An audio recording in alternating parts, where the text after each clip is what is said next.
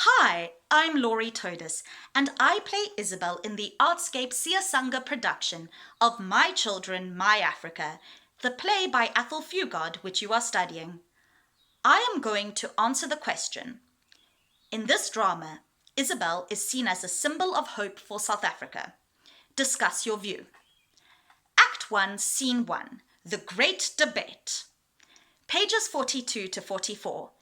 We witness a demonstration of hope being hinted at as Isabel, a white person, advocates that the West could greatly profit from an education in traditional African modes of behavior. She proposes hopefully that one day there will be a world where two differing cultures can engage respectfully with one another and furthermore learn from one another. Isabel wins the debate by pointing out powerfully that the logic behind the implementation of segregation between the sexes is no different to racial segregation. Isabel's success in winning a black audience's vote provides the hope that one day South Africa will be a country where race won't necessarily be a dominating factor. After the debate, we witness the blossoming of Isabel and Tommy's friendship. The phenomenon of their friendship demonstrates hope because in 1984, a black person and a white person forming a relationship on an equal footing was perceived as unacceptable. We witness initial awkwardness as the friendship begins. The political trappings of Tommy's and Isabel's socio-economic differences are apparent when Isabel unintentionally demonstrates ignorance when they talk about school and their futures. However, we witness the beginnings of a warm friendship as their natural chemistry and enjoyment of each other's laughter and banter is presented. Isabel didn't have to linger on after the debate ended, and Tommy didn't have to entertain Isabel's questions. They managed to push past the barriers that in 1984 forbade their friendship. Act 1, Scene 2, Isabel's first monologue. Page 53. Isabel says, I suddenly realized that I hadn't prepared myself for one simple but all-important fact. They, the black students, had no intention of being grateful to me. They were sitting there waiting to judge me, what I said and how I said it, on the basis of total equality. Isabel's white privilege is stripped away for the very first time. That all-important fact only dawned on her when she stood up to make her speech. That discovery resulted in her quietly pitched and trembling tone during the first half of the speech. She explains on page 52 how incredibly unlike her usual debating style that is, as she prides herself on being a confident public speaker. Isabel explains what the experience was like for her in Act 1, Scene 1, when we witness her transformation as she adjusts to that new power dynamic, or better yet, lack thereof as the white madam. Instead of allowing this unfamiliar territory to throw her off balance, she finds herself relishing in it, and this naturally redeems her confidence, and, as a result, she wins the debate. She explains how the experience of the debate ripped off the blind spot created by her neat and proper little white world and the upbringing she has received. Isabel is both shocked and invigorated at her discovery of this new world. Act 1, Scene 3, Invitation to the Quiz. Page 54. The scene begins with Mr. M greeting Isabel as though she was of a superior status. Page 59. We do not blur the difference between the generations in the way that you white people do. The scene depicts the country's tragic societal oppression, whereby a man like Mr. M in his late 50s with strongly grounded principles will still address Isabel instinctively as though she is superior. Isabel insists immediately, page 55, Isabel, if you please, Mr. M, just plain Isabel.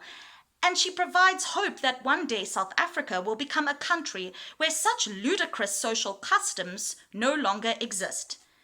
Due to Isabel's warm nature and the respect she shows for Mr. M, He soon becomes comfortable and engages with her as though she is one of his pupils. This scene demonstrates the blossoming of Mr. M and Isabel's warm friendship. The scene depicts her joy at the news about the literary competition, as deep down she fears that the debate would most likely have been a once-off experience. She never in her wildest dreams believed that another opportunity of the three of them getting together would arise. Page 57 demonstrates a magical moment when Isabel tumbles Mr. M into a waltz which Mr. M never in his wildest dreams sees coming. It's a moment of pure interpersonal warmth where the country's political trappings are stripped away briefly. The waltz, therefore, symbolizes hope. Earlier in the scene, we witnessed Isabel initiate a traditionally Western waltz, followed by Mr. M at the end of the scene, launching Isabel into traditional African dance. The scene concludes on a positive and hopeful note. Act 1, Scene 5. Tommy and Isabel practice for the quiz. We witness Isabel's strain in her attempts to grasp Tommy's anger regarding Bantu education, as well as his frustration towards Mr. M.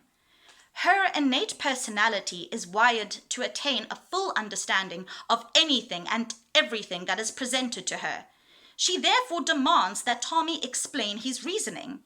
Isabel, rather than allowing Tommy to have the floor and sit patiently and silently while he explains, keeps butting in impulsively with her incessant and ill-informed questions.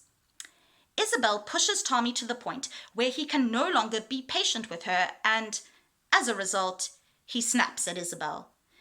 Isabel does, however, demonstrate hope in her attempts to encourage Tommy and Mr. M to talk their issues out.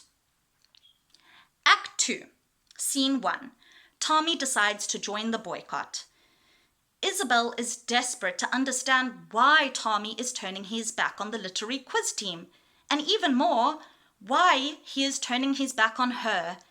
She cannot comprehend how their friendship could possibly threaten the boycott. Act 2, Scene 4. Isabel confronts Tommy.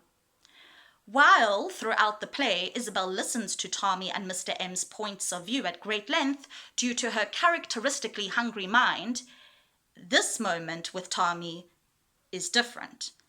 She lets him have the floor without interrupting him.